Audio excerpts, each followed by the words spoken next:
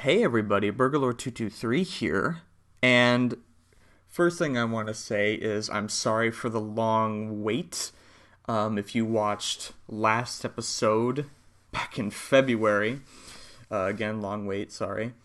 The ending portion I mentioned that that MauLer was doing a Dark Souls stream on his main channel, and I thought that was a good opportunity to kind of get the word out that I was making these videos in response to him. So I had to do I wanted to, for sure be seen. And also I want to support the guy. Like, it wasn't just completely my own ego. I also wanted to support him just a little bit. I wanted to do a $5 donation, but the amount I wanted to write was just a little too much, so it had to be 10. So I spent $10 to write a message basically saying, hey, making response videos to your avatar EFAP mini. Be interesting if more discussion can happen from that. And he basically just said that he's not interested in avatar enough to discuss it further, and that was that. Now, initially, I just thought that, wow, maybe I'm wasting my time here, do I really want to keep doing this if no discussion is going to be added? And basically my ego was hurt, and I was wondering if I should even continue making these videos. However, that was my initial response to it, and I might have jumped the gun a bit when making that part of the video, because shortly afterward I started realizing that I was acting a little ridiculously. I've always said so many times that I don't care if MauLer doesn't react. That just shows that's bad credibility. These videos need to be made to show that this hurts his credibility really badly, and the longer he doesn't talk about it, the worse it's gonna get. Since then, in terms of EFAP, they've been covering a lot of topics I honestly don't really care about, like the Disney Plus Marvel TV shows. You don't even need to watch those to know that they're bad. I don't have Disney Plus. I don't want to support Disney any further. Yeah, I don't know. The Snyder Cut stuff was interesting. I mean, obviously, that they still do a good job with a lot of things, but this is a black spot in his career that he just continues to ignore. And the thing that really made the tipping point for me to want to keep doing this was I rewatched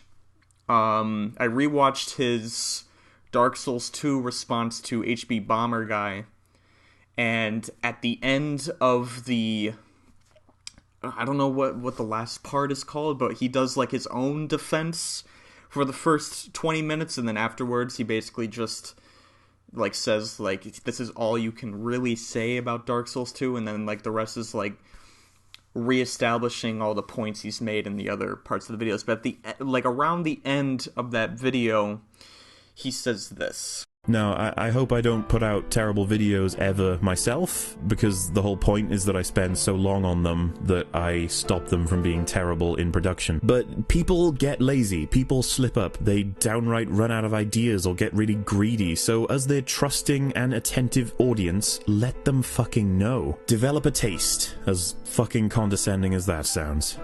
Let them know, because things will get worse. As a fan, you should let your favorite creators know when they fucked up. And you know what? That's what I'm doing, and that's what I should continue to do. And also because I'm really passionate about the show, and this is a great way to talk about it. Having not talked about it for so long actually has kind of felt a little empty. And I'm just, doing this off a whim right now, and I'm already having fun just sitting here right now talking about this. So that's what made me come back to it. But another reason why I came back, I wanted to come back, was because I finally thought of a defense for one of the points we gave him, but I finally found a defense that counters his point, and I think it works quite well. So the point that I'm countering here is the point where he said, why doesn't Roku just teach Aang firebending at the very least? And when I was doing my annual rewatch this year, I made it to the episode The Sun Warriors, and then I quickly realized that the show does give you an answer. What's the first problem that Aang and Zuko run into when Zuko tries to teach Aang firebending? He can't produce enough fire to properly demonstrate what it's supposed to look like. Thus, Aang can't learn from it. Now that's a little weird, right? I made the point before where I was like, well, Aang learns from waterbending scrolls. That's not like a real master. But, however, a waterbending scroll shows you the motions of what the water is supposed to look like, what it's supposed to do. But if you can't make enough fire to show what it's supposed to look like, you're not really learning the move. You're just seeing someone shoot a little bit of fire out of their hands. You're not really seeing what you're supposed to be doing. And Aang also learns from Zhang, who basically only teaches him that breath is important, that discipline is important. He's not teaching him actual firebending yet. I'm sure in the future he would have to demonstrate proper firebending. You can't learn from... This is for all forms of bending. You can't learn how to earthbend by watching someone stomp. You need to see what the stomp does. Same with firebending. You need to see what the fire does once you do a punch in the air or a kick. So that's my defense for that. If Aang couldn't learn from weak firebending, how is he supposed to learn from someone who can't firebend at all? Or any form of bending, really. So that is my point for that. So he went from 9 points to 8 points now. And from that, we're going to read the comments from the previous video, which is where we're at right now, and then we'll continue on with the video. I'm really glad you're making these videos. I've been watching everything MauLer puts out since TLJ, and I'm just as frustrated with how he handled this Avatar: The Last Airbender discussion. I've been wanting to hear someone give him constructive criticism, and thankfully YouTube recommended your videos. Well, that's crazy that my videos have been recommended at all. I don't think MauLer will make any follow-up to this, though. Armchair psychologist time. MauLer is so focused on quality and living up to the standard that he sets for himself that his scripted content has come to a halt because of it. Sort of paralysis by analysis. Paralysis by analysis. I like that.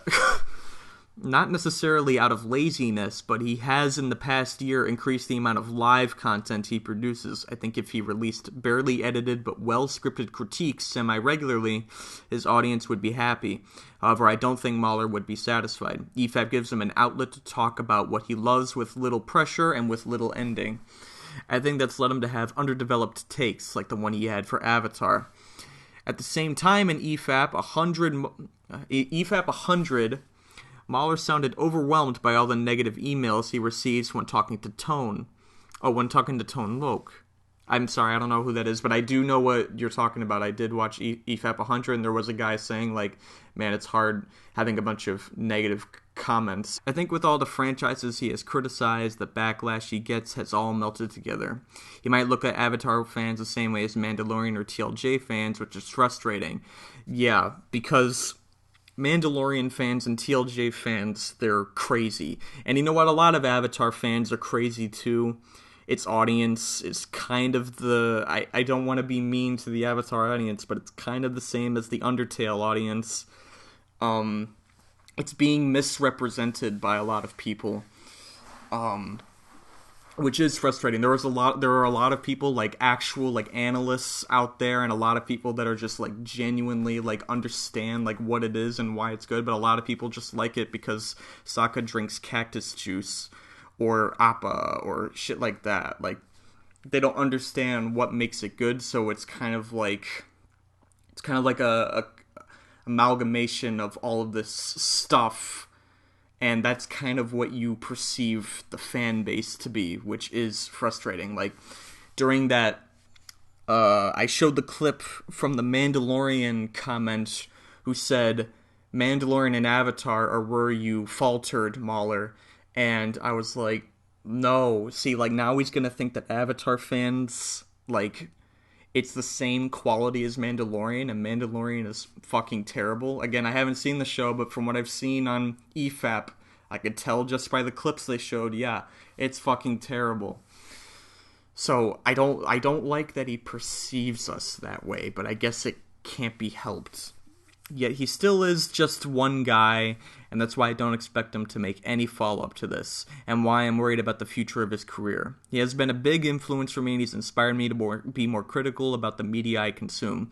Anyway, long comment short, I'm enjoying these videos, and much love to MauLer and EFAP community. Thank you, Alex Edmondson. I hope I said that right. Last time, I think someone said that I pronounced their name right, which, thank God. But I'm always afraid. Yeah, no. See, he does need to do more scripted stuff. Because, like you said, when you don't give enough time to digest something, you just watch something, then you instantly make a video about it. You don't really think harder about it or give it another watch to see if there's anything you missed. You kind of have this underdeveloped take, and you just think you're right about everything you say. Like, everything he's saying here, he feels like, oh man, I just wish the show would give an answer to this. And then I'm here like, dude, there are answers. There are a few things, like I said, so far there are 8 points where it's like, yeah, I guess you're kind of right there, but like 8 little points. So like a lot of the points, some of the points are major. I feel it's kind of crazy how the zoo point was as big as it was, because I mean the Daily should be arresting them at that point. But yeah, a lot of those points I feel like are pretty minor. Like the Roku statue, I always thought, like, why do they need to go there in order to do that? Why couldn't they do it at the Southern Air Temple? But you know what? It's not a huge point either way. He talks to Roku. It doesn't matter. Yeah, I guess it's less dangerous if he does it at the Southern Air Temple or anywhere else. But I mean, I guess he was close. Anyway, I don't need to dwell on that. But a lot of his points that he's had here, some of them are bigger than others, but like this one is pretty. A lot of his points are pretty minor, and out of an entire like 61 episode show, like that shows it's pretty good. It's not a 4 out of 10. Here's It Just Works again. Let's see what he has to say. An obvious, at least to me, better way to write that scene. Regarding to Azula's henchman saying, "Your Highness, the better way to write that scene would have been, Azula's ship arrives by dusk instead of dawn, and they bring Zuko and Iroh on board as honored guests. Then a few hours later in the night, while the ship is still well within the boundaries of the Earth Kingdom, Iroh, who's already very suspicious of Azula, sneaks around the ship. They wouldn't be locked up if they were honored guests." Yeah, exactly. That's what I was saying, like, Azula's plan, even though it's not utterly stated, like, it was most likely she was going to keep them on the ship as honored guests and then arrest them in the Fire Nation where there is no escape. But if they handcuff them while on the ship in the Earth Kingdom, there's a chance they can escape into the Earth Kingdom. I feel like that makes a lot of sense if that's what her plan was. So yeah, they wouldn't be chained up. And over here's 2 guards talking about the transporting the prisoners traders to the Fire Nation. See, it could even be the guy, because he's shown to be to break down under pressure with the waves thing. So it could be the same guy, but it should have been handled better. Instead of like slipping his words in, it should have been like he thinks he's safe, so he talks to another guard when he thinks that no one's looking, and then Iroh can be like, "Red Zuko." Yeah, and then he wakes up Zuko and informs him of what's going on. Zuko is hesitant at first, showing that on some level he still trusts his sister and desperately wants to see his father again, but eventually he realizes it's too good to be true when they make their escape.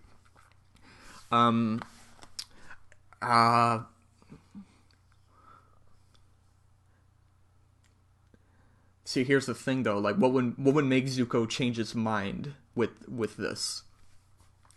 Maybe you could have Iroh take the guy, the captain, as hostage and like bring him in, and then have him admit to Zuko like, "Oh, you are gonna be prisoners." Like Iroh can like hold fire up to his neck. It's like, "Oh." So I guess that could happen, because if you have him hesitate, because like either that happens, or Zuko is with Iroh when they overhear the captain and the guard speaking. Because having him hesitate, you're going to still need a reason to get Zuko on board rather than just him thinking to himself, alright, I'll trust you, Uncle. Because, like, his whole thing right now is that he doesn't really care about what his uncle's saying right now. He just wants to go home. That way Azula doesn't look incompetent. Yeah, like, MauLer's decision to make Azula slip up, like, that was the dumbest thing I've ever seen. I don't trust him to write anything. Iroh looks even more competent and vigilant, and Zuko's desire to return home is emphasized.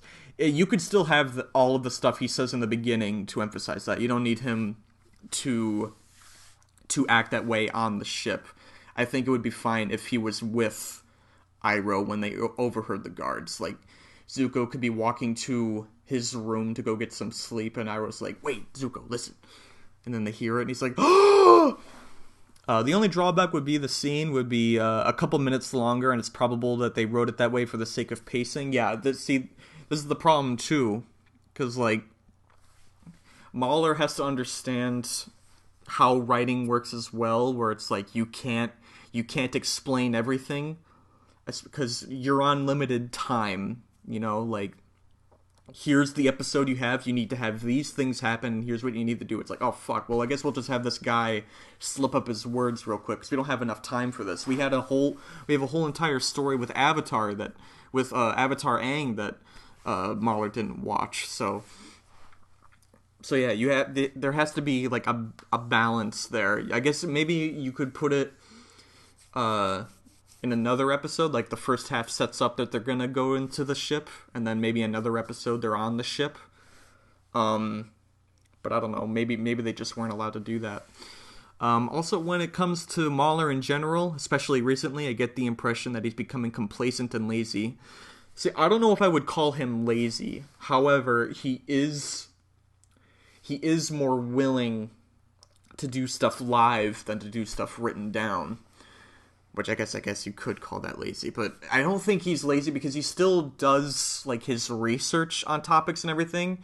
Like, when he did the whole defense, or going against the defense for the Amazing Spider-Man movies, like, he knew what he was talking about, and he knows what he's talking about with a lot of things. I don't know, maybe he's just, he wants to make sure that his viewers are getting enough content, so he's focusing on the stuff that is able to be released faster, but by no means would I call him lazy. Maybe he's lazier, but not full-on lazy. He's reached a point of his career where he no longer has to actually make meaningful content and can pay the bills with EFAP, which requires, I can't even speak, virtually zero editing and scripting to produce, and has started to serve as somewhat of an echo chamber for him and his friends to duck on other people's content without facing any significant backlash for their own biases and mistakes. So yeah, that's the thing, like, he's all about objectivity, but EFAP feels more like just getting their thoughts out there. However, a lot of their thoughts are backed up by research, but a lot of the times, or not a lot of the times, but some of the times they're not. Sometimes when they just talk about, like, they don't talk about things, like, about the topic. I don't remember what episode it was, but, the crying face guy, what's his name, Metal? I haven't seen EFAP in a while, so I forgot everyone's names already.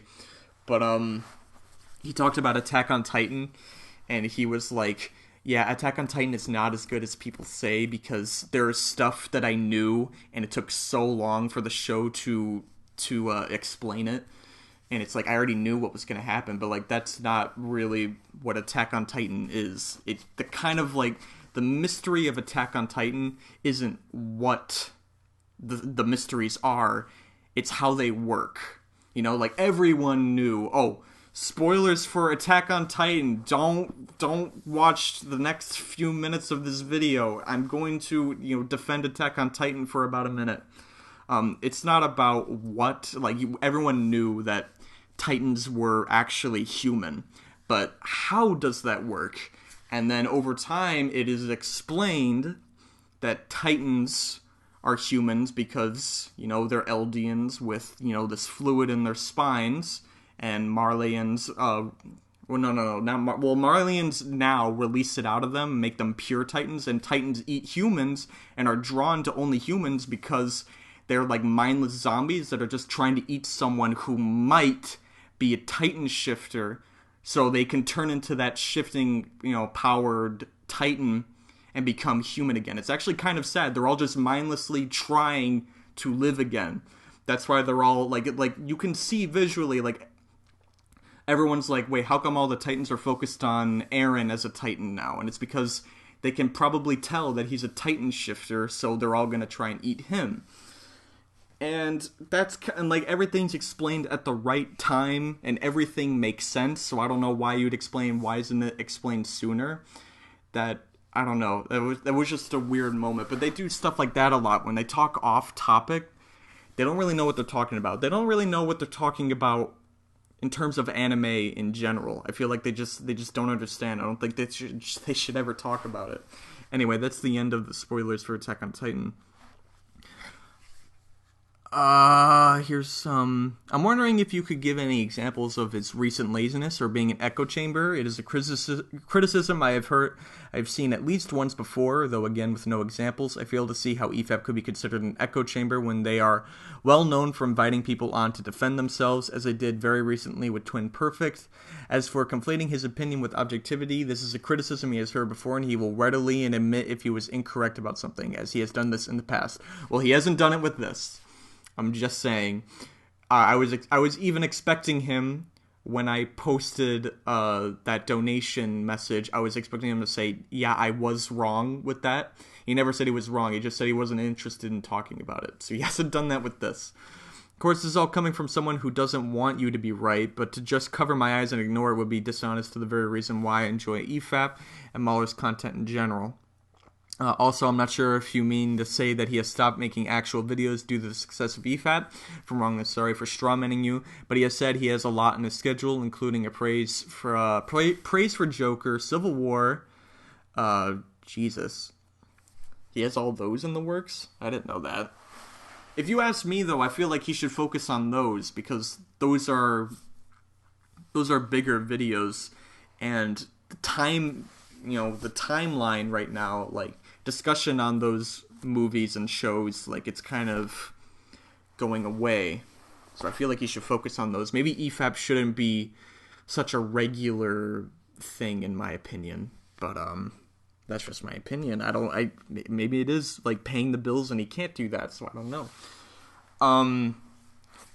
The only thing I would say is like an echo chamber for like them just having their biased opinions and like not going further is when they talk about stuff that's off topic. Other than that, I can't really say anything else, especially since a lot of the stuff they talk about I've never seen, so I can't really say anything else about it. I'll admit I may have been jumping the gun on criticizing him, but it just seems like he's prioritizing EFAP over everything else. Sure, he announces a lot of projects, but then people don't see any results for nearly a year. So being an echo chamber, I guess that's mostly because of Rags. He just doesn't know when to shut up, and I seldom see MauLer correcting him when he fucks up or reining him in. Take this whole Avatar fiasco, for example, which was started by Rags when somebody brought up the show during one of the streams. Yeah, no, that was another thing. When I sent that donation, Rags said, like, oh man, like, everyone went crazy when that happened. But, I mean, he was kind of being an asshole. I mean, like I said, like, that's his personality. Like, he's like a jokey asshole, but the way he said it, it didn't feel jokey. He seemed to feel like he genuinely thought the show was terrible after only seeing clips of a few episodes. And hey, guess what? Everyone thinks the show is terrible when they only see a little bit of it. But when you actually watch it, it's great. I did the same exact fucking thing. Okay, we all do it. People do that with a lot of shows. They see bits here and there, and they're like, that looks fucking stupid. And then it turns out it's great. Let's see what I said, because I don't remember. I might cut this out. The only thing I'll say about this is that you said MauLer openly invites people to defend themselves and openly admits when he's wrong. That's obviously not evident here when he is the one who's wrong. I sent that super chat as a way to get more discussion on this and to have an interesting dynamic where he is the one who's defending or concerning his bad take.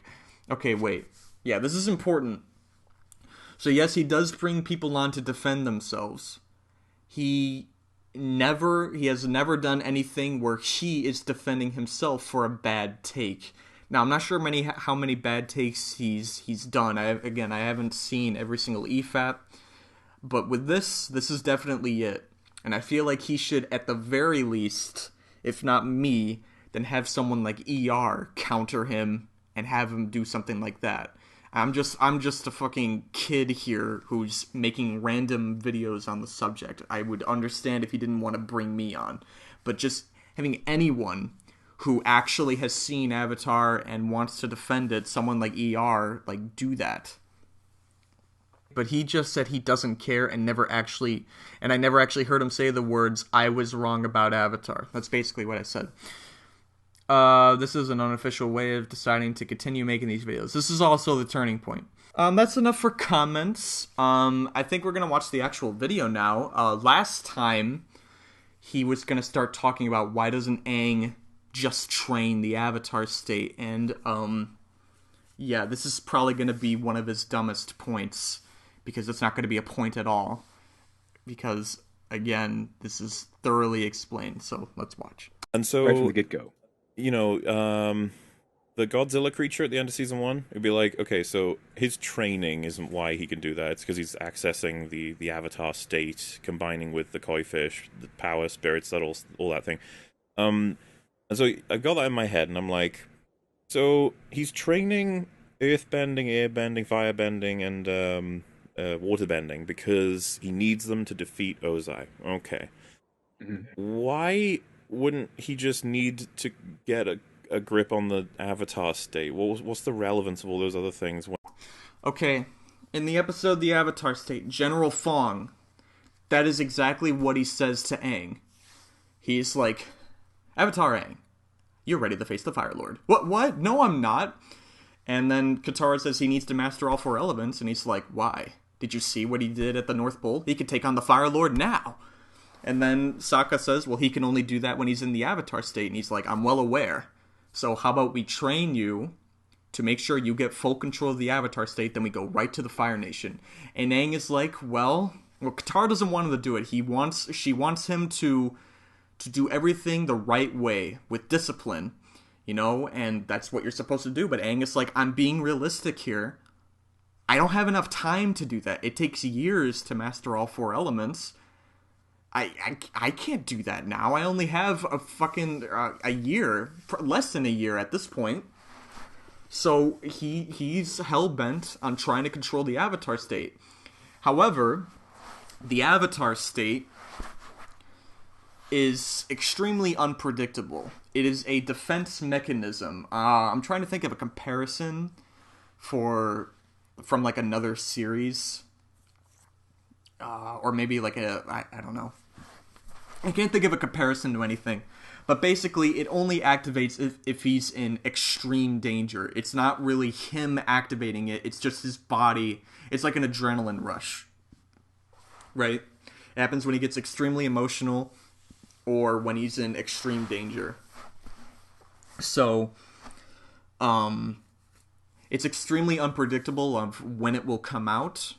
And also, it is a huge risk because Avatar Roku shows up. Well, how come Avatar Roku shows up here? Well, Aang's in the Avatar state, which means he's connected to all of his Avatar spirits. I'm not gonna, fault a point on Avatar for that. I feel like that kind of makes sense. Why Roku would wait this long to tell him now? For the show's reasoning, it's because, Roku says it's time you learn because, we as an audience, this is the time to learn now. In terms of pacing and story structure, this is the perfect time to learn it. But in terms of in the universe, he probably could have told him sooner because there are times where he goes in the Avatar state where it could have been dangerous, Actually, maybe not.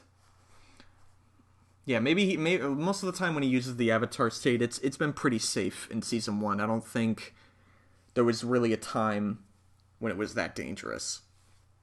So Roku teaches him at the right time that if he dies in the Avatar state, the Avatar will never be reborn again. He is dead for good. So you have to be extremely careful with it. And not only that, Aang has no control over his actions when he does those things. It's basically just a raging... It's you know what it reminds me of? It reminds me of Rob's Final Smash and Brawl. Weird comparison, I know, but it has like a hardware malfunction where he just starts shooting lasers all over the place, and there's like a spiral thing coming out of him. It's just chaos. That's kind of what the Avatar state is, just pure chaos. However, later in the series, he meets the guru, who tells him that he can teach him to have full control of going in and out of the Avatar state whenever he wants, and he has full control over the Avatar state's actions when he's actually in them. So, how does he do that? Well, he has to open up his chakras, which is ancient Chinese stuff. You know, it's fine. It's a spiritual thing. It makes sense. You know, you have to open yourself in every possible way, get over all your fears, open your mind to endless possibilities, and accept cosmic energy. However, unfortunately, in order to do that, he needs to give up Katara, someone he loves, and he won't do it. And don't call him a fucking simp. I mean, come on. That's pretty that's a pretty big fucking thing to give up. Because not only would he have to give up his love for her, he would have to give up his love for basically everyone. So he stops it. And the way they foreshadow this is the guru says, once you open one chakra, you have to open all of them. And I guess the metaphor with that is like once you lift the gunk out of the creek, the water's going to flow so much it's going to push all of them away. So if you're going to open up all your chakras, you have to be like a flowing creek. You have to open all of them as the water would. But he stops it, so now he can't go into the Avatar state at all. And then later, if you want to know my problem with that, he kind of does everything a little too fast. He opens up all the chakras pretty quickly. It shows you that days are going by, but like in terms of like, you know, what you see on screen, it feels pretty fast to what he's doing. Like in the final fight with Azula, he kind of just like makes a dome around him, and he gets over Katara like instantly and goes into the Avatar state. So that would be my problem with that. Not a huge problem, but like there's a reason why using the Avatar state is not optimal, right? I mean, the Guru seems to be the only guy who knew how to do that. He was personal friends with Mankiatsu. He says that, which means he's over 100 years old, which means he knows ancient shit that might not exist anymore. What else would I say here? Who knows how long, like, I mean, like, we see that he's doing the chakra stuff pretty quickly, but it is, like, you do have to give up a lot of stuff in order to do it. It's just not optimal. And if you don't need to do the chakras in order to control the Avatar state, if there are other ways, who knows how long that would take. The stuff they were doing with General Fong, like, nothing was working. The only thing that would work is to put Aang in danger, and that's too dangerous. I mean, you're literally putting him in danger just so you could have him fight. Like, it's not optimal in any way. So that's my response to that. When the Avatar state is what annihilates Ozai, like he has all the elements floating around him. He's just this ball of like fuck you energy, and just like destroys him. Like what I guess I wanted to see was like he uses the. No, see, here's the thing though. They couldn't have predicted that it was just going to be a one-on-one fight, right?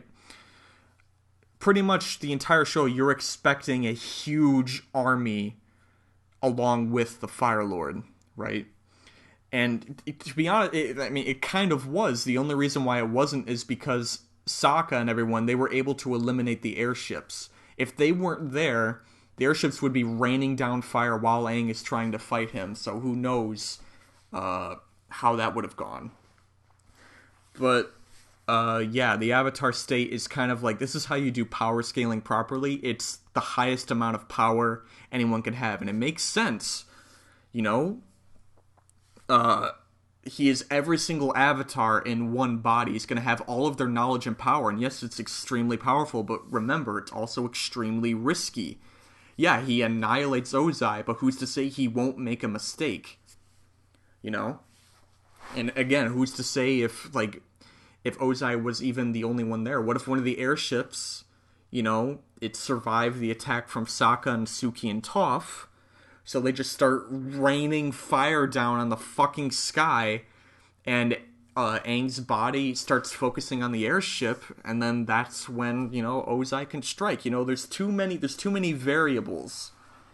It just so happened that everything worked in the Avatar state's favor at their particular moment, but you can't predict that. At the very least, with Aang only learning all 4 elements and staying in his normal body without the Avatar state, if he dies, he could just be reborn and try again. So yeah, being in the Avatar state, focusing on the Avatar state to fight the Fire Lord is not optimal. I'm also trying to think of a situation in real life that you could use in military combat, right? You need to know how to shoot a gun, right?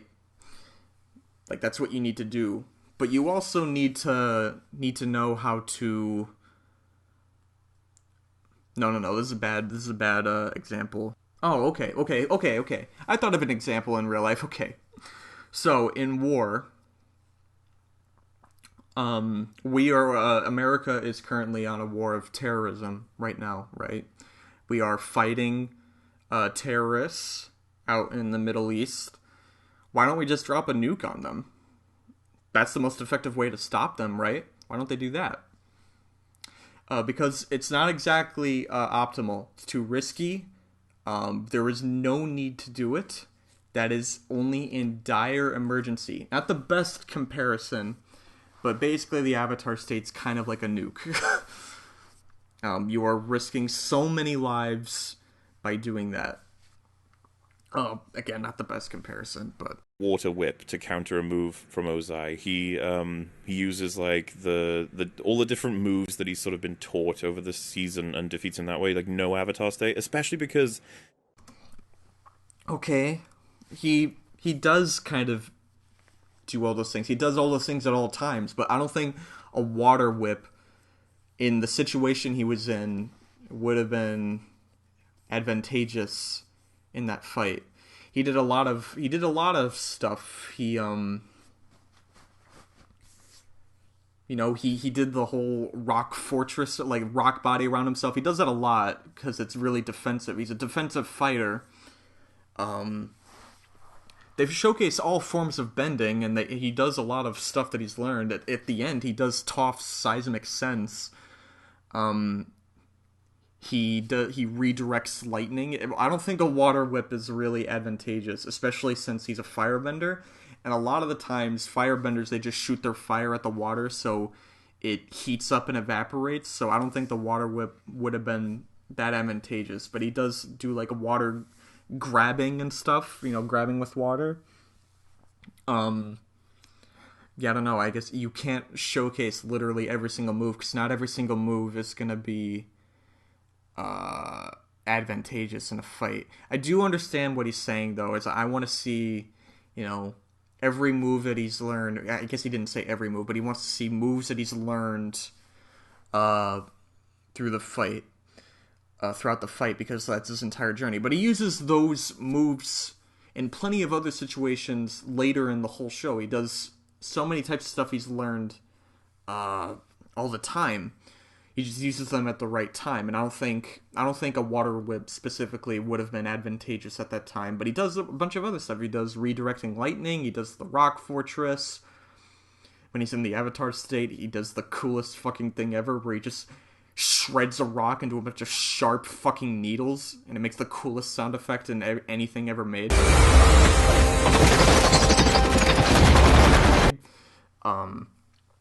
But I guess that's the Avatar state, so that doesn't count. But he does Toph's seismic sense. I don't know. I think they showcased enough. Could they have showcased more? Yeah, sure. But in all honesty, at the fight with Ozai, because of the Deus Ex Machina, it is not. It's not the best fight. I don't think it's the most important fight. Even in the story in general, I mean, fighting Firelord Ozai is pretty fucking important. But I think the most important fight is Zuko versus Azula. I think that's the best fight. But anyway, what I liked was they were kind of building this whole like Avatar state is what is like a final resort. And he doesn't even like it because it's not him anymore. It's more a collective of people. And so, yeah, like if he can, I think like a climax would have been really awesome to have him almost go into the Avatar state, pull back, and then beat Ozai. They did do that. So they did the best of both worlds, if you ask me. So he's saying he doesn't want the Avatar state really used at all. He wants Aang, like, to have the Avatar state try to come on, but, like, resist it, and then fight. But what I would like to see is the Avatar state used one last time and be fucking, you know, just trying to annihilate Ozai, which is what they did. And they did it in the best way. I'm pretty sure a lot of audiences want to see Ozai get fucked up by the Avatar state, but here's what they did that's clever. So, if you remember, Aang is having his moral dilemma, even though his morality comes into question a couple times throughout the course of the series. But let's just ignore that for a second.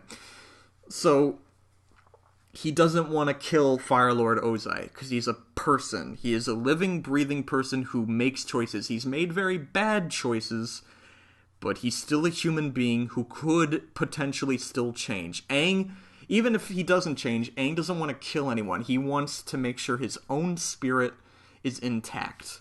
So, what does he do? Like, because he feels like everyone is telling him he has to kill Ozai. So what does he do? He asks his own past lives what he should do. And they all say, kill him. Even an avatar, even an airbending avatar says, many airbenders can reach spiritual enlightenment because they are detached from the world, but your sole duty is to the world. You have to kill him for the sake of the world. So he's like, fuck, man. Everyone wants me to kill this guy. All of his past lives are fairly unanimous on saying, yeah, fucking kill him.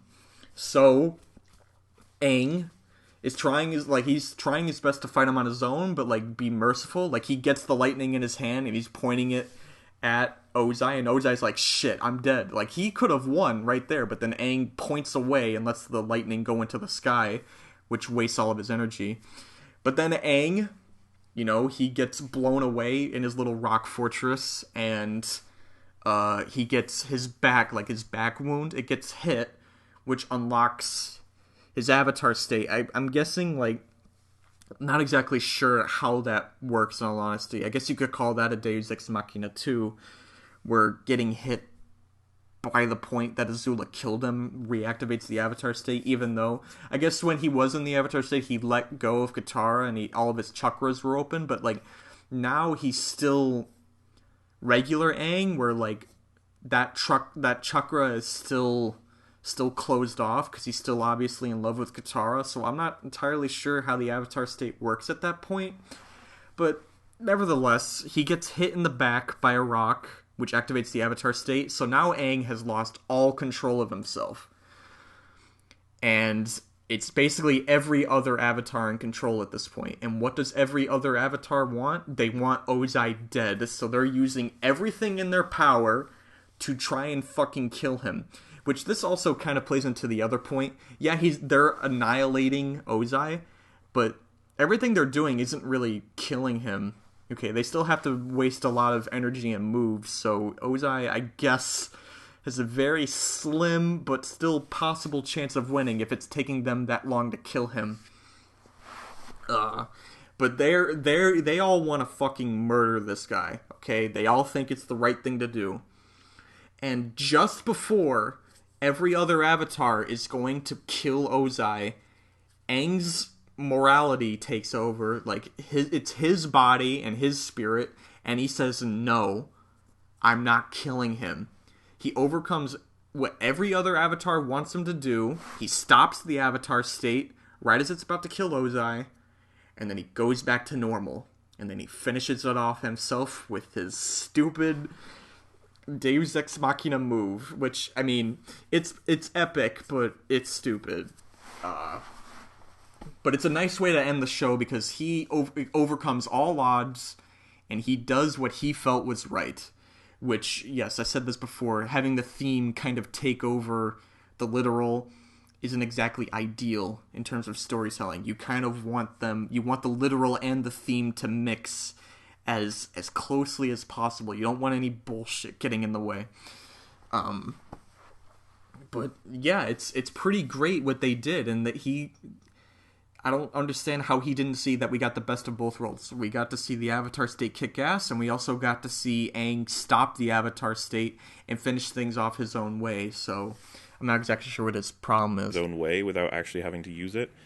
But instead, that'd be interesting. Yeah, he goes full Avatar State and sort of destroys him with the incredible powers that are all being provided from, thousands of years of history from all these other avatars. Like, yeah, that's fine with me. I was just like, at this point, I'm like, man, that intro is kind of funny now. It's like, his airbending is great, but he needs to trade all the other things to defeat Ozai. It's just like, does he though? It doesn't really. Yeah, he does. If he wants to live, if you want the Avatar to continue being born, if you really want to risk everything and have the Avatar, just be dead for the rest of history. I don't know. Everyone seems to kind of rely on him. I mean, there was 100 years of war without him, so. I don't know. I think he needs to stick around. It might have been more of a because he can't be in Avatar State all the time. Of course, because usually the Avatar is usually not in the Avatar State, and you have to throughout the show. They're always like, "You've got to get this right for when you fight Ozai. Like this is the big thing for Ozai. Is going to end the war once you figure out a duel." And I'm just sitting there like, it's more for everything else. He needs to learn all this stuff. Yeah, I think maybe. Is he what?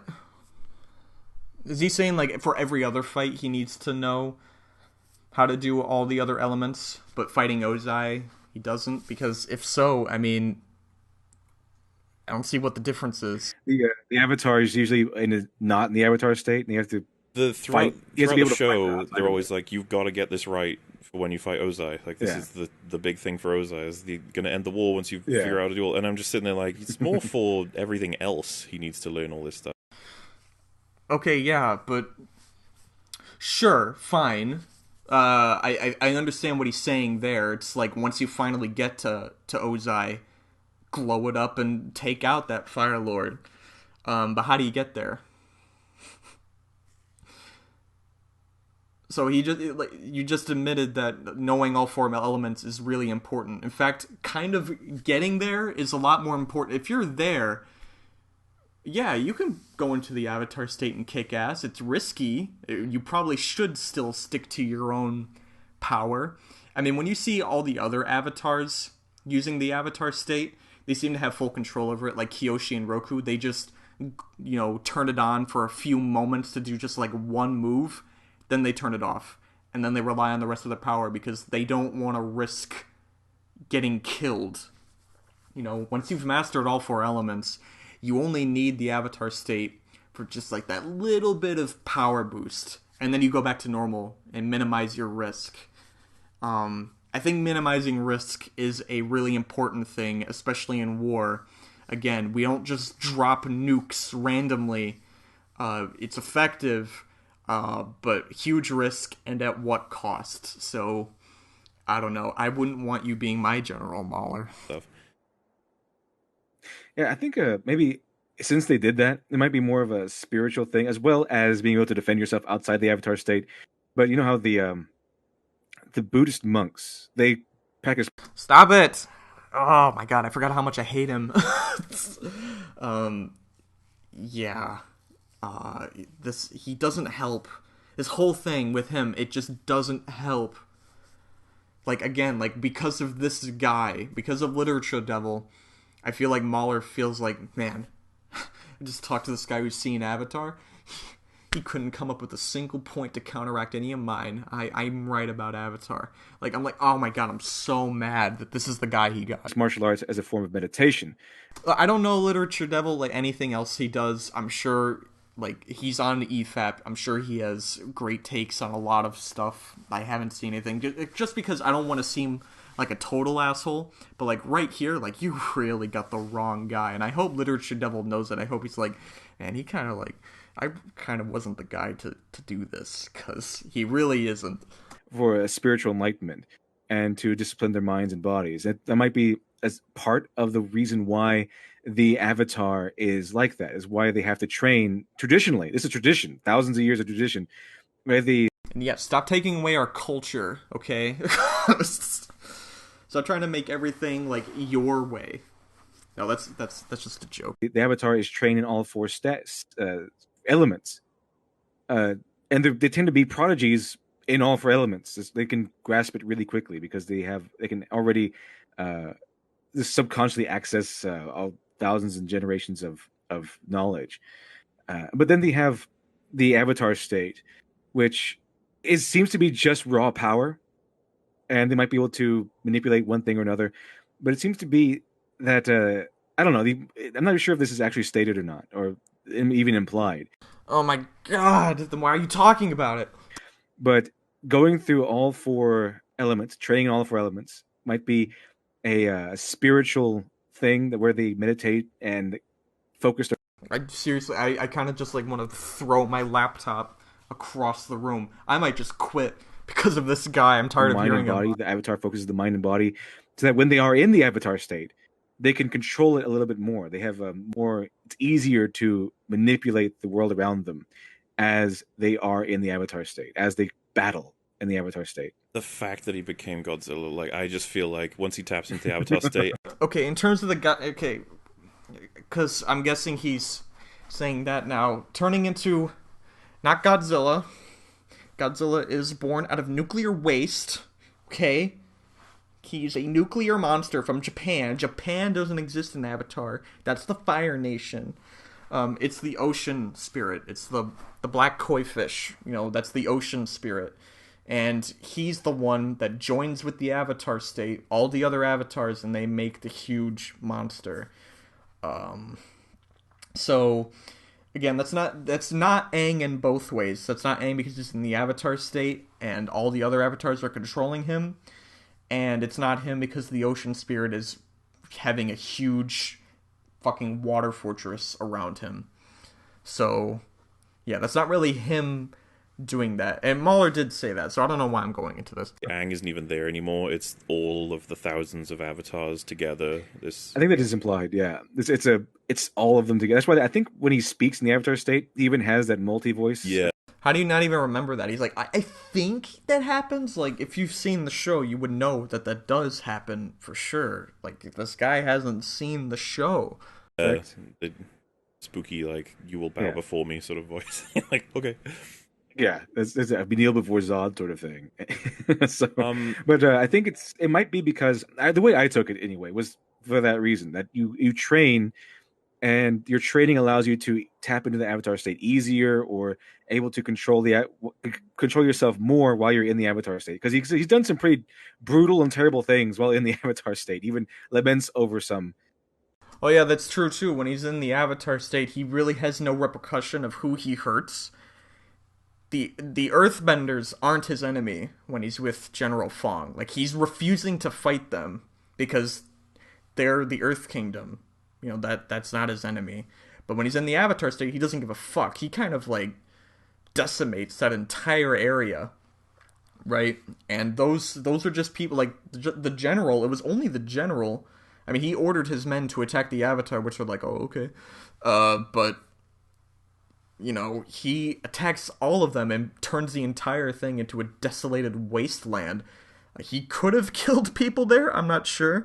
But yeah, he has, like, he even has, at the beginning of that episode, he has nightmares seeing of how many people he's hurt when he's in the Avatar state, and he doesn't like it. And that's another reason why Aang personally wouldn't want to gain control of the Avatar state, because, like, he probably wants to be just himself. But when he's given the opportunity to have full control over it and full consciousness of it with the Guru, that's when he's like, oh yeah, I'll do it. But he basically has to let go of who he is anyway in order to do it. So he's like, oh, fuck that. So that's what I got from the need for training, that he needs to train so that he can control himself a little bit better and be more effective in the avatar state, not just go murdering everybody. Yeah, I didn't really feel it when I was watching that. Like, I always separate the avatar state Aang from Aang. Like, I'm sorry, what? How did you not feel that when you were watching that? Again, he has like a nightmare of him hurting everyone. He tries to learn how to do, how to control it with General Fong. He hurts all those people. He's like, nope, not doing it. Then he has to let go of who he is to gain full consciousness of it. And he's like, no, I'm not doing that. And then when he doesn't have the avatar state, he's like, well, he kind of jokes around about it, but like, he seems to like, have a little bit of regret about it, because like, what if he's not powerful enough? But at the same time, I'm sure he's happy that it's kind of gone now. But he also is, sort of regretful, like, man, now I don't have this power. It's a definite part to his character. I don't know how you missed all of it. And yeah, him finally gaining control over it.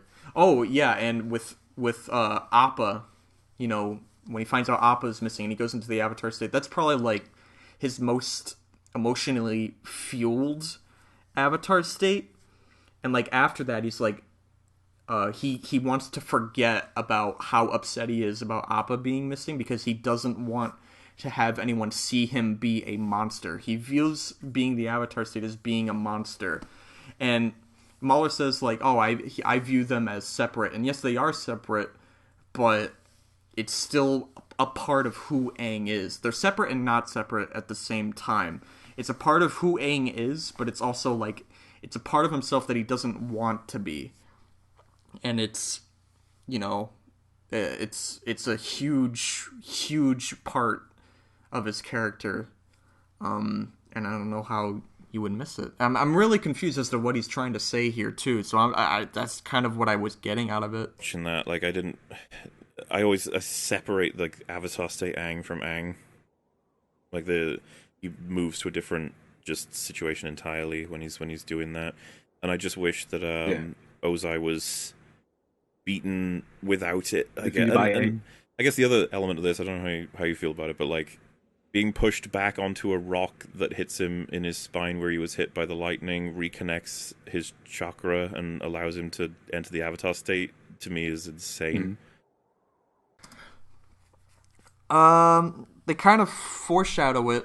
I don't know if it's a couple times, but they do it at least once where Katara like is trying to heal that spot, and then it's in the Awakening, the first episode of season 3, and then she's like, she's trying to heal it, and then like he has like a huge like seizure, and he has all of those memories come back. So it's definitely showing that part is extremely sensitive, and that could have been the avatar state trying to come on, but maybe there wasn't enough pain applied to that area. In terms of Aang falling up against a rock, there are rocks in the area, and how a rock could make a specific point to his back. Well, this is kind of you're gonna be like, wow, you're really like defending it like this, but I mean, hey, he does this too. So Ozai blows a huge fucking thing of fire at him, which destroys his little rock fortress, and Aang is bending air as a shield to defend himself from it, and all the air is like going around him and like pushing all of the rocks away behind him. Like there's like this rock pillar. There's rock pillars everywhere, but there's one behind him, and the air is like doing like a I don't know if the right word is perpendicular, but it's like crossing. Like the air is like going around him and like crossing up against the rock behind him, and it's like doing like an X. Like his back is in the way. It's like a shadow. The air isn't going there. It's going everywhere else, pushing everything on the side away, which makes a point, which hits him in the back. Maybe it's a little convenient, I'll give it to you, that hits him in the exact spot, but not a huge deal if you ask me. Activates the avatar state, and he turns into a complete fucking badass. Come on out, little boy. You're about to be... It's fucking awesome. I don't know how you have a problem with that. But yeah, that's that. I mean, the thing about, he was struck by lightning, which is actually part of the human body. We have a lot of electrical things inside of our minds, and we move by electrical shock. So, and to me, that's interesting. I didn't know that. So that's neat.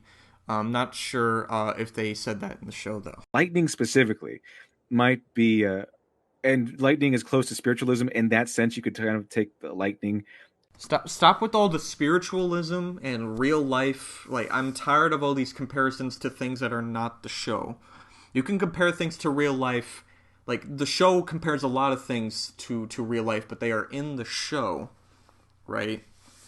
As long as you bring up one example from the show, then say all this shit that connects, like, coherently, then I don't mind. But he's just saying all this shit without referencing anything in the show. As being able to disrupt one chakra. And so where it hit, there might be a disconnect of where the chakra is. And so when you have a connection, when you get hit there, it might just be like a tap and reconnects it for a little bit. To clarify, I don't actually have an issue with that specifically. Like the idea that he's got a chakra at the bottom of his spine, he's hit by lightning near there, it separates it. And if you were to give it a sharp hit back, you could probably reconnect it, like a dislocated shoulder. I can swallow that. Really? He doesn't have a problem with that. See, that's kind of the part I was having a problem with. I was like, how does that work? But okay, well, is his problem just the rock? Like, conveniently landing on a rock? Because like I just said, like, there is a natural reason as to why it happens. Granted, it is kind of hard to notice, so I don't exactly blame him, especially since he only watched it once, and then he rushed this video together. But yeah, there is a natural reason as to why that specific rock shows up, because all the air is pushing all of the sides away of the pillar behind him. It's fine. The part that I can't is, like, he's in a fight that he's about to lose, and he can't access the Avatar state to save him, and he falls back into a rock. I bet you during that fight, he never, like, wants to be in the Avatar state. It'd be, if he did, I feel like he would try. Like, he'd be like, come on, Avatar state, come on. But he doesn't want to be in the Avatar state because he knows he has no control over his actions. Or at least he thinks he doesn't. I mean, he doesn't. I mean, we see that he still doesn't. He only gets it at the end when his spiritual morality is strong enough to overcome every other Avatar. So, yeah, basically the ending of the story for Aang is, like, he's able to do things his own way. That gets it back. Like, I was just like, wow. Like, fucking hell, that was close, wasn't it? I think there's just that part was just your run-of-the-mill protagonist contrivance. And I feel like we could have. Possible. I just prefer the whole, like, he's trying to not use it, you know? Even when he starts using it, right when he's about to win, he stops using it. And then he wins in his own way. Which, that part, him winning in his own way, could have been done better. But he's still doing what you wanted him to do. I don't see the problem with this.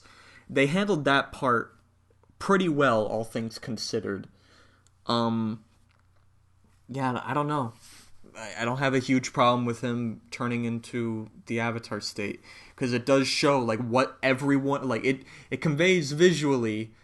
and in an action way, what the other avatars want him to do, and he's not doing it. Aang probably does have the power to do some of that stuff. Maybe not the Avatar sphere, which is fucking awesome.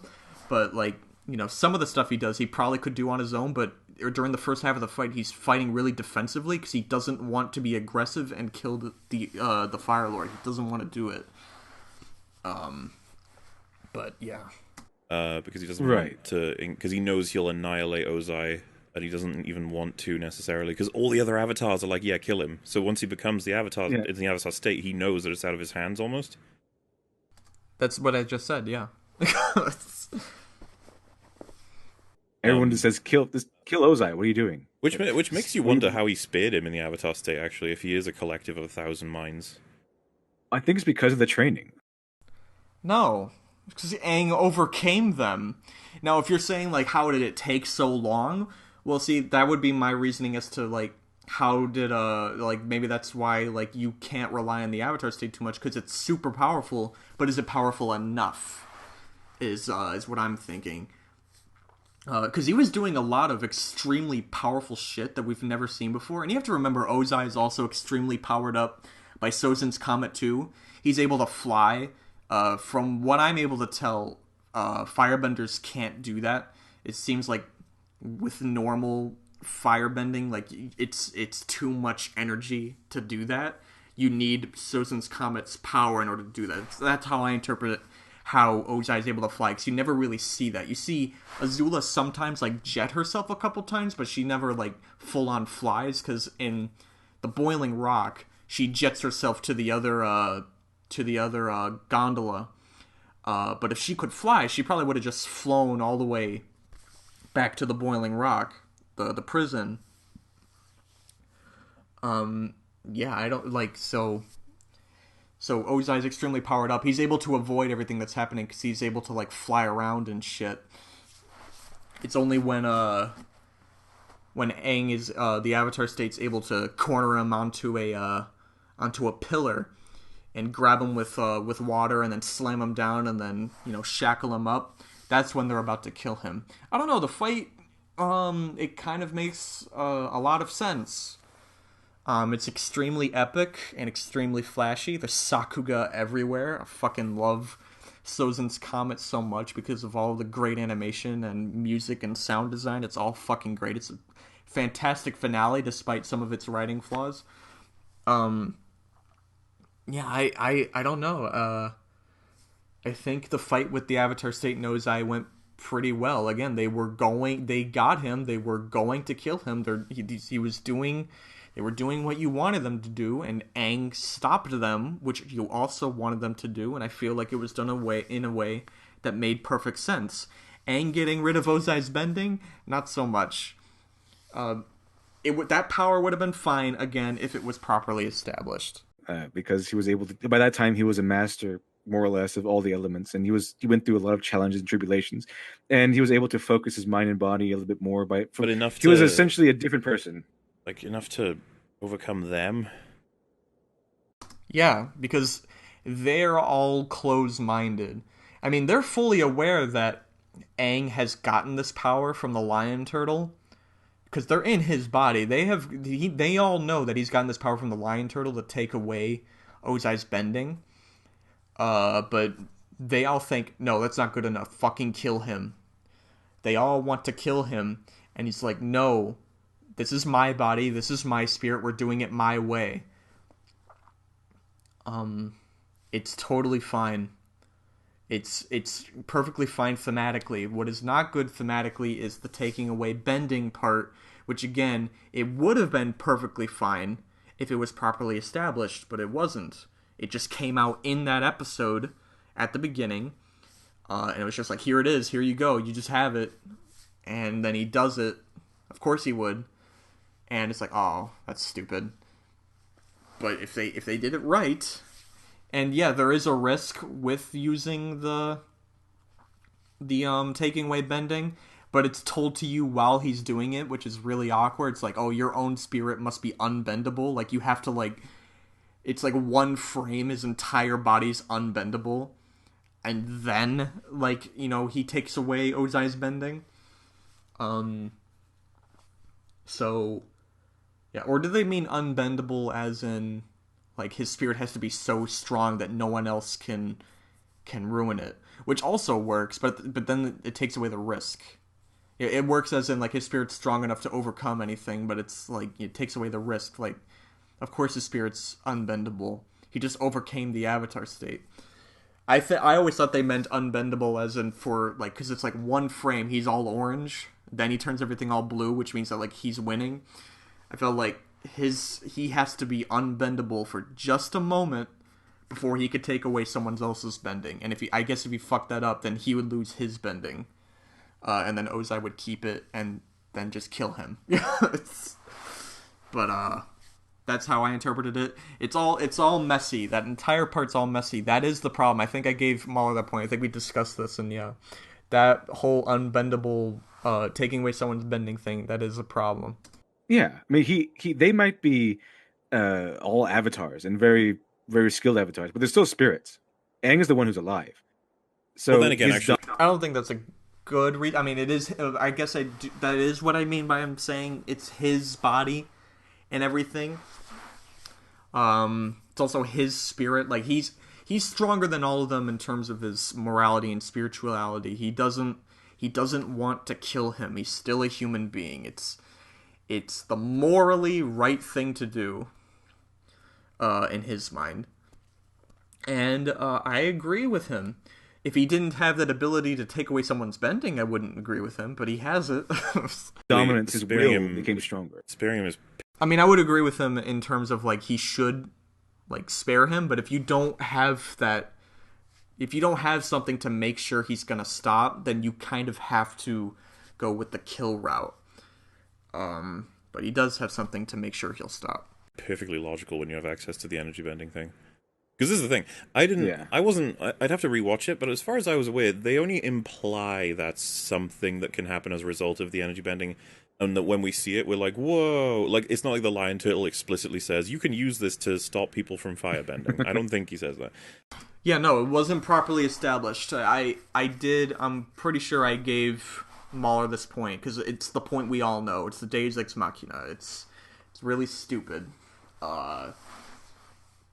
I think I mentioned this before.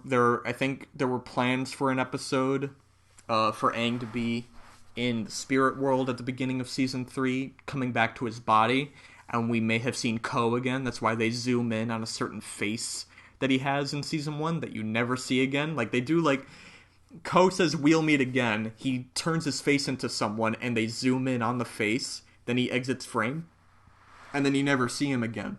So I'm guessing they had plans with him, and they could have set up energy bending then. I'm just guessing, like, that's when I would do it. I mean, it seems to make sense. He'd be in the spirit world and stuff, and maybe that his face, that was a guy that knew how to energy bend or something. But they cut it out, and I'm not entirely sure why. I mean, it was for pacing issues, but I don't know if it was worth it. I feel like maybe they should have at least kept some of that in, because it sounds important. So, if we knew that was the thing, I think all of us as an audience would be like, do that. Yeah, do that. Do it. Do that one. That's a good option. And so him... Yeah, see, that's the thing. Like, it's the obvious thing you have to do, but I think if you properly establish it, you can establish the risk. You know, it should be a risky move. You have to be up close. Your opponent should be, like, immobile. Because when he gets to Ozai, he has him, like, locked up in Earth, you know, and he's, like, pinned to the ground, basically, and he has basically no way of moving to stop Aang. So they should have, like, if they were going to establish it, they would have to establish all the risks. That way there's still tension when we know that that's something he has access to. The way they have it, it's like, you know, he gets something, but you don't really know what it is, and then he does it, and it's like, oh, wait, he could do that? Oh, okay. And then you watch it again, and it's just like, yeah, wow, that's, yeah, of course he was, like, okay, why is he doing all this when he could be trying to do this, this, and this? Yeah, I don't know, you just have to do it better. Not killing Ozai, I was just like, well, yeah, why not, right? You can just new to him. You'd think the avatars would be aware of that possibility if they span all the way back to the origin, you know? Right. Yeah, but we see, like, for whatever reason, probably mostly for audience reasons, we only see, like, the most recent avatars talking to Aang. And maybe the older ones are like, we done our part. I don't know. But see, like, they do this with Korra, and it was the absolute worst thing imaginable. So, MauLer, I don't really want that. I mean, you could do it. You obviously, like, it's not a bad option. You could do it right, but the way they did do it was terrible. But, I don't know. Well, they do say the era before the Avatar, there was energy bending. Now, does that mean the Avatar was around when people still energy bent? Well, from what we know of Korra, no, not really. No one really did that. It's only the lion turtles that did that, because they give people element bending, which is fucking stupid. They just give it to him. But we're not talking about Korra today. What's it called? So yeah, we don't exactly know if past avatars exactly know about energy bending, because the Lion Turtle says in the era before the avatar. Now, what does that mean? Does that mean the avatar, started it and that's when energy bending stopped, or did energy bending stop a long time before the avatar was around? We don't know, and that's why I don't think it should really be brought up as a point. That's my thoughts on that. And what's the other thing that the Lion Turtle says that helps with the other thing? The Lion Turtle says, since beginningless time, darkness thrives in the void, but always yields to purifying light. That basically says, Aang, hold true to yourself, buddy. Remain your pure, kind-hearted self, and you can overcome all obstacles, which is great. They just didn't execute it well. You need to establish it better. Yeah, I think so. And then again, I think I'm not sure if the Lion Turtles were the ones that gave people bending or not, but well, they are in Korra. Okay, well, how does he know that? He hasn't seen it. But yeah, that's fucking stupid. And let's talk about Avatar: The Last Airbender, the real show. I'm gonna pretend that Korra doesn't exist because it's basically an entirely different universe, because nothing in that fucking show relates to this show at all. We're not talking about Korra today. Calm down. Benders learned from the original benders. Waterbenders learned from the moon. Airbenders learned from sky bison. Firebenders learned from dragons. Earthbenders learned from badger moles. Now, it is a little weird because some people can bend, some people can't. And in Avatar, it's still implied that it's a genetic thing. It's not something that just anyone can do. Like, it's kind of something you have to be born with and, learn to bend yourself.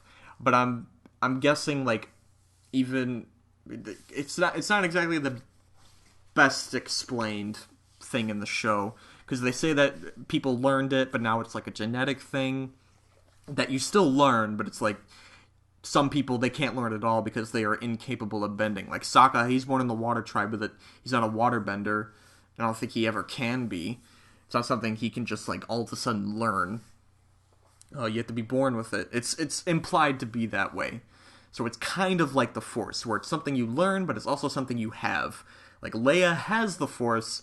She doesn't learn it at all. Luke always had the Force, but he never learned it until he met Obi-Wan, and so I guess it is kind of in that sense. Like, it's something you're born with, but you also have to be willing to learn it at the same time. So I guess some humans, let's say waterbenders, some humans, they saw water being pushed and pulled, and some humans were able to move water themselves, learning how the moon did that. Like, well, wait, I can move the water too.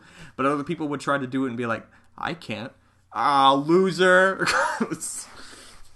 So I'm guessing that's how it's explained in this. And then in Korra, it's just given to them. I mean, fuck it. I mean, why learn anything? But the thing about Korra is, I think we want to not consider Korra, right? Yeah. Yeah, thank you. We don't want to consider Korra. In the same way that if someone said, Star Wars sucks, and we're talking about the OT because of the sequels, I'd be like, no. I guess the example kind of would be if you try to justify some kind of mistake in the OT with the sequels, you then have to take all of the weight of the sequels and all of this shit, right? So it's just like, we're gonna ignore the whole thing. It's fine. Yeah, let's judge the story as it is, because if we were to include Korra with Avatar: The Last Airbender, Avatar: The Last Airbender all of a sudden becomes a terrible show because Korra ruins everything about it. Because Korra is so inconsistent that it makes Avatar look inconsistent, and that's why I don't want Korra to exist in my own headcanon. I don't want it to exist in the canon in general. I kind of wish, like, people would look at that as just a spin-off, but a lot of people love that show. I can't tell you why. I liked the show too, guys. when I first watched it. It's kind of like the opposite. See, Korra is literally the opposite of Avatar in literally every way. Like, if I were... Okay, me and Joe... By the way, Joe's not here, I'm sorry. But if me and Joe had been planning to do a podcast-style review of The Legend of Korra, and my first point I was going to bring up is that literally everything in Korra is the opposite of Avatar. So that means the opposite of a perfect show is an awful show. And and I hated Avatar as a kid before I watched it. Then I watched it and I loved it. Then with Korra, I watched it, really liked it. Then over time realized it's fucking awful, and now I hate it. I mean, even before, like, I didn't even hate it, but like, just like, you know, watching, you know, trying to watch it again, I'm just like, what the fuck did I like about this? There's nothing. It's kind of like how my experience with The Last Jedi. I liked it when I first watched it again, I was like, this is terrible. I don't understand what I liked about this. It's just something you grow to hate more and more over time. Whereas with Avatar, you grow to love more and more over time. Although recently I've obviously have been finding more issues with it by watching it more intently for these videos. And yeah, I'm finding issues and everything, but it has not taken away any love I have for the show. It's still my favorite show of all time, and I still consider it to be a really well-written show. Just that when I first watched it as a kid, I would always call this show perfect. It's far from perfect. I think the closest thing to perfect that I've seen now would probably have to be Breaking Bad. But this is still my favorite show, and I love it so much. And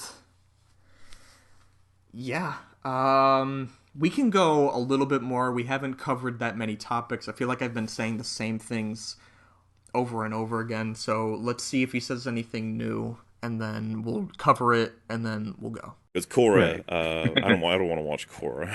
I tell you, Don't watch it, okay, Mauler? Don't watch it. You're doing yourself a favor. Okay, I guess the one positive out of him hating Avatar right now is that he'll never see Korra, which I wouldn't wish that on anyone. I wouldn't wish anyone to suffer through Legend of Korra. If the Avatar fans consider it to be the TLJ of Avatar, like, why the hell would I go even near it? Let's see, that makes me feel bad though, because now it's like, oh, I hate Avatar. Why would I ever watch Legend of Korra? It's like, dude, please give Avatar another chance, please. Just give it one more chance. I'm sure, just without the goggles you've set up here, sure you'll find a better appreciation for it. I just heard nothing but bad stuff from Korra. I saw the first book. It wasn't too bad as far as I remember. Although I don't remember much, which might be an indication of how good it was. You remember, right? She's like mastered 3 elements bending when she's like 1 year old. When she was like, yeah. We need to stop talking about Korra. I said this is not a Korra video, but it's turning into one. A kid. She was already bending all the elements on her own. I guess she learned them in a room, listened to her podcast or something. I don't know, but she just bursts out of her room already slinging fire and lightning, or maybe not lightning yet, but fire and earth and water and air. Oh, I've seen all the clips from ER's videos of Korra. Wait, so he's seen ER's videos. Well, first of all, he's watched review of Korra when he's never seen Avatar for one, and he's never seen Korra, yet he watched an entire review series of it, which I know that sounds a little hypocritical because I just said I'd never seen Mandalorian and I watched EFAP, so maybe I won't, delve deep into that, but it's just like, why wouldn't you bring ER on, right? Because in those videos, I watched them, they were okay. There was a lot of stuff I didn't notice. I liked his Wan Beginnings videos more than his first series because the editing was less obnoxious, and also because Wan's episodes, I liked them way more than anything else in Korra. Like, they were my favorite episodes, despite the lion turtle thing. I've always hated that. But then I realized that, holy shit, those are fucking awful too. They're fucking terrible. Like, those are the videos I really liked from him. And yeah, I'm pretty sure in all of those videos, not just the Wan videos, he talks about how great Avatar is, and he shows a lot of examples and everything, and yet I guess none of that rubbed off on him. Which I'm not saying like you should, parrot everything your peers say or anything, or like what who you watch say, but like I'm just saying like he showed a lot of stuff as to why a lot of people consider Avatar good, and he gives Avatar 4 out of 10 when he watches it and doesn't pay attention to it. So I don't know. No, she has all of her bending taken away from her, but they didn't take because she doesn't know how to airbend, but she figures it out then once she's had the other 3 taken from her as a huge climax. And it's like, he didn't just block that one off too? Like, wouldn't he just block them all? Why would he? Okay. And then she just gets them given back to her, I think, at the end of the season or whatever. They're just like, there you go. Yeah, like, everyone talks about, oh, Avatar has a Deus Ex Machina. It's really only one. It's really only one Deus Ex Machina. I guess there are some other things you can consider to be Deus Ex Machinas, but at the same time, it's kind of like those types of Deus Ex Machinas where at the same time they sort of have an explanation with them as to why they happen. I don't know if there's a term for that. Kind of like what we were saying with the back injury that activates the Avatar state from the rock. It has an explanation, but at the same time, it's kind of a little bit out of nowhere.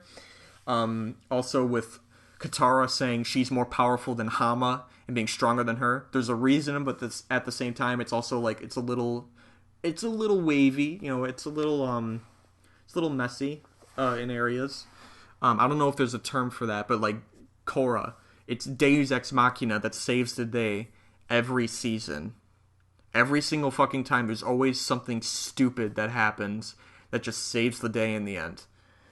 I hate that show the more and more I think about it. Yo. She's the Avatar. Why not just cut off everything, Exactly. Yeah, fucking. I don't even. This is like, I don't even want to watch Korra. I think my brain will explode. All right. So do you remember General Zhao? Okay. That triggered me more than anything. He is never a general. Of all things, he said general. First, Iroh says Captain Zhao, and then Zhao says it's Commander now. And then he gets promoted from Commander to Admiral. He is Admiral Zhao by the time of his death. Now, he's never a general. The general is Iroh. Season 1. You mean was he the one that was he's like the season 1 villain. Opposite? Yeah, kind of. Yeah, Zuko's opposite. He was the one that took over killed the koi fish or something. He killed the moon. Yes. He doesn't even know who Admiral Zhao is. I really like Admiral Zhao a lot. A lot of people I've seen some people compare him to be like, oh, he's just like a dumb villain. No, he's like, I feel like he serves his purpose well. Of course, he's just like a typical bad guy, but I think he represents kind of like what the average Fire Nation soldier is, and he's on this vanity project to capture the Avatar before Zuko does. Like he's just an egotistical bastard, sort of. So Okay. He found out about the coming eclipse and what eclipses do to the Fire Nation when he was in the library in the desert. What? He never discovered that. Is he talking about the solar eclipse or the lunar eclipse? Moon? Yes. So Okay. he found out about the coming eclipse and what eclipses do to the Fire Nation when he was in the library in the desert. And he burnt all of the information because it reveals the Fire Nation's weakness. He doesn't want anyone finding it. It's like, yep, that makes sense. No. You're stupid. He never says that. He never discovered the eclipse. He says, I discovered a hidden library under General Shainu in the Earth Kingdom. He found Wan Shitong's library. What he discovered wasn't the solar eclipse. He discovered that the moon and the ocean spirits left their immortal bodies to become part of the mortal world, which create the moon and the ocean, and it revealed their true forms. The koi fish at the spirit oasis at the North Pole. So he knew that he could kill them and basically get rid of the water tribe. Because the water tribe, the northern water tribe, has been able to avoid war, kind of like Ba Sing Se, the entirety of the war, because it's it's an extremely frozen tundra that the Fire Nation, they have too much of a hard time getting through, right? And yeah, so that's what he discovered. And they destroy everything in the fire. Like there's like a Fire Nation section, and they destroy everything in there. I want to see where he goes further with it, because I think I know where he's going with it. It's surprising that very few firebenders seem to even be, like, as far as I'm aware, it's literally just him and the people he has told, which is very few people. What are you talking about? He never once mentions an eclipse. The eclipse is mentioned during the library episode. And it's also made very aware that the Fire Nation knows about the eclipse. And you know who finds out about the eclipse is Azula. And eclipses, they take a long time to happen. I think it's like 70 years, like average. So which means it probably only happened once throughout the war, and it's the darkest day in Fire Nation history. Now, we don't know what happens on that day, but in terms of the technology that Avatar has, they can't really predict the next eclipse. At least not without Wan Shi Tong's planetarium. That's the only thing that reveals when the next eclipse is. So, of course, the Fire Nation, they're going gun-ho, they're in the Earth Kingdom and everything. They don't know that another eclipse is coming until Azula finds out when she's in Ba Sing Se. Then she tells, she warns her father and everyone in the Fire Nation that the eclipse is coming and preparations are made. There is a force set up at the harbor, and at the gates of Azulan. There are Fire Nation forces there ready to take over, but the entire palace city, not even a single civilian, it's like everyone, including the civilians, are in an underground bunker, and they are fully aware, that the eclipse is gonna happen, but there's no way the Avatar is gonna find out, and even if he does, there's not enough time. The eclipse only lasts 8 minutes. So, I don't know what you're talking about. They were pretty fucking prepared. If you're talking about the people out in the harbor, you need a force to stop them, because if they, rush in, and then they find that there's no one there even guarding the palace, they're gonna find out that they knew much sooner, and then they have more forces readily available to find the bunker, and then send the entire fucking army into their bunker. And then the eclipse happens, which gives them a much larger chance at success, because they're already in the bunker, much closer to the Fire Lord, and it's like everyone, not just Aang, against the Fire Lord all at once. So yeah, they kind of need forces out there dealing with them to slow them down before the eclipse happens. I don't know what the fuck, like they can't predict when the next eclipse is going to happen. They don't have space technology yet. I don't know what kind of world do you think this is. The planetarium's the only thing, and that's Wan Shi Tong's library. He's like a knowledgeable spirit. He probably built that thing himself. I don't know. But we haven't seen anything else like that in the show. I don't know. I don't know what your point is. And he thought that Zhao knew about the eclipse. He never knew about the eclipse. You'd think, because this is going to get complicated, right? Try and stay with me, because I even confuse myself. When they discover, Sokka and Aang discover that the eclipse is the key to taking the Fire Nation's power away, they need to find a day when that happens again, right? They need to so they can prepare for war. And Sokka says, we can't check every day. That's ridiculous. And he's like, no. We need to check from today up to Sozin's Comet, because that's the only time frame we can use, because Sozin's Comet is game over. So we got to get it in that time zone. And so they search those days while the building is filling with sand, because Toph is trying to prevent it from going further into the ground, but obviously the owl has opened up, I guess, windows and stuff to let sand from the outside pour in.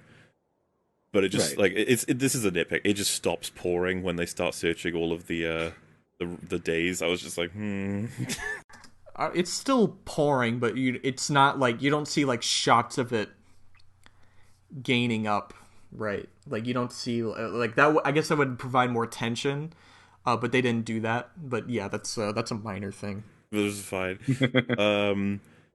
So they search and they find an eclipse, like, if you're telling me that these eclipses happen once per 100 years, they were lucky as hell to get that one between then and Sozin's Comet, which in universe time, I want to say is a couple months? I can't remember exactly, but...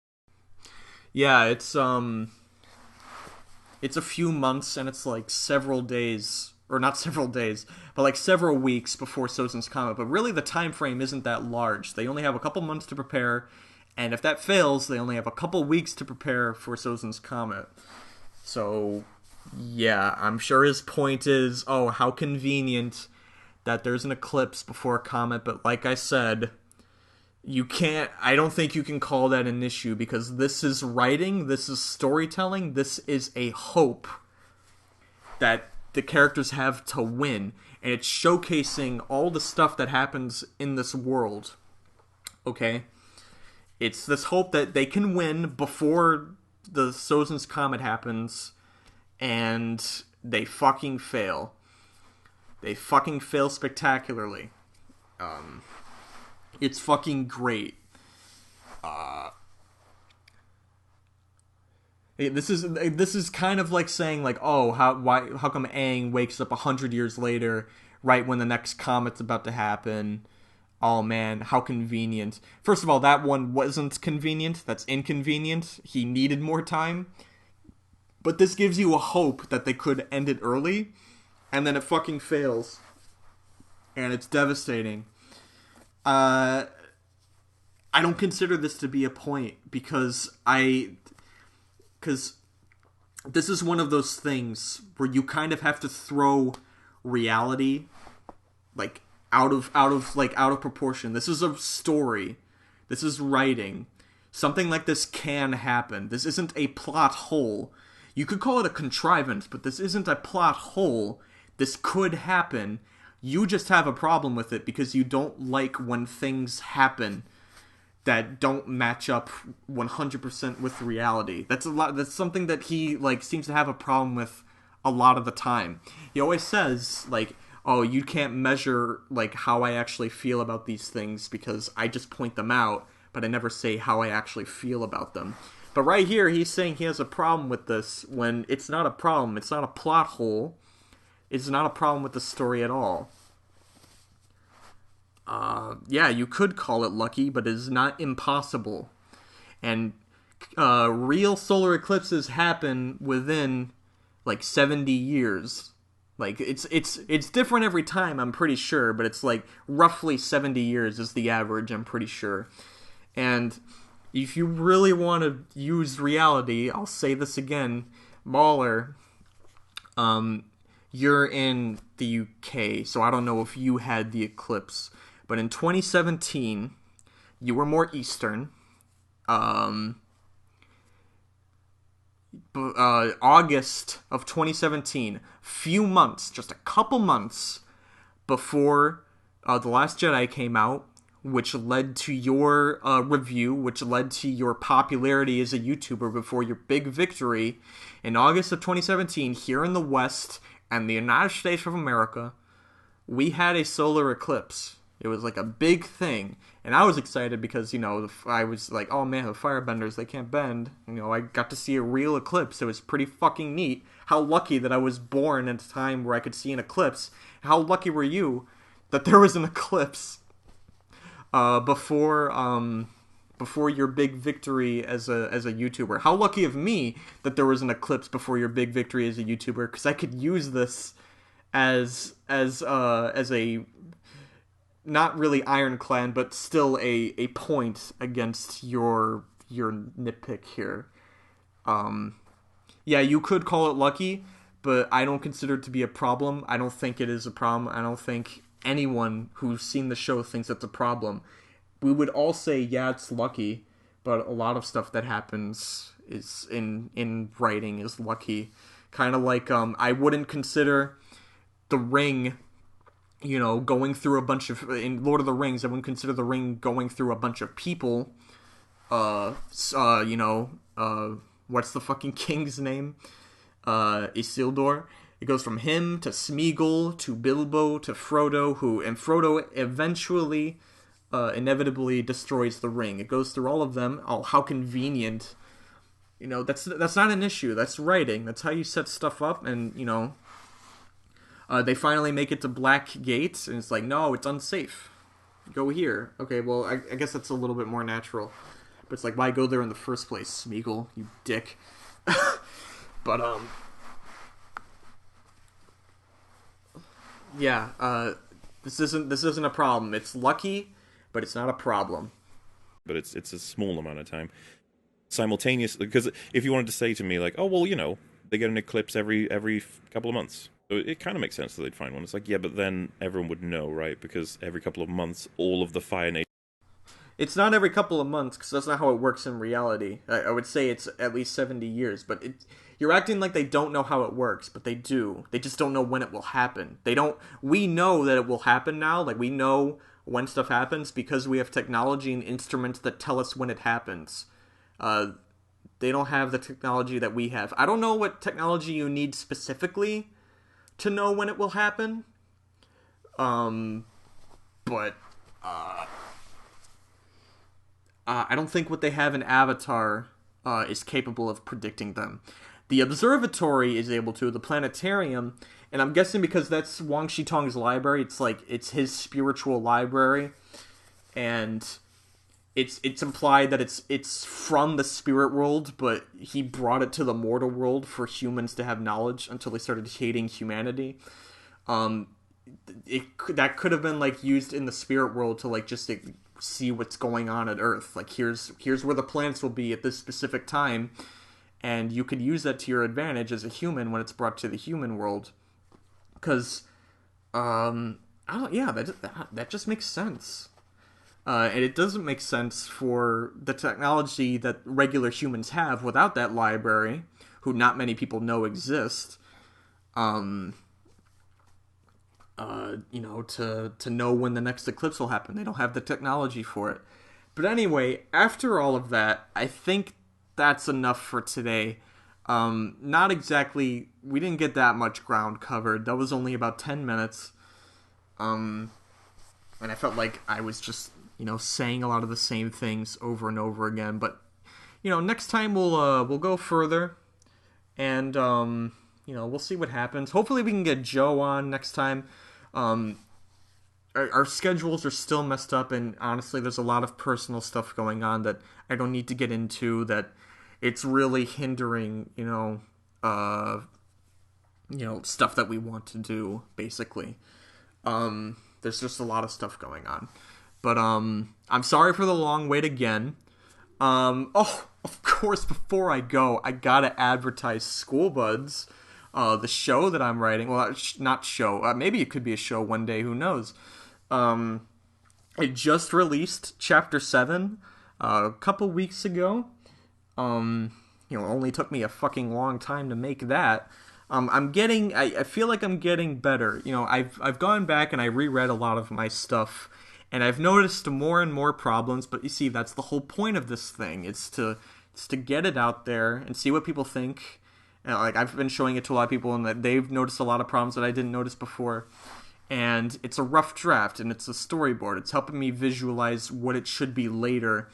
And a lot of the early stuff needs to be changed, but I feel like I'm getting better and better as I go on. So if you haven't already, I would really appreciate it if you go and give my story a read. Right now, the best chapter is 7, in my opinion. I think that's the best one I've made so far. Not exactly the most action-packed one at all, but some fun stuff happens, and there's still plenty of stuff in the early chapters before then that I still think is pretty good. There's just a lot of stuff that needs to be changed, but again, that's the whole point. And yeah, if you want to help me become a better writer, I would really appreciate it if you just visit the link and, give it a read.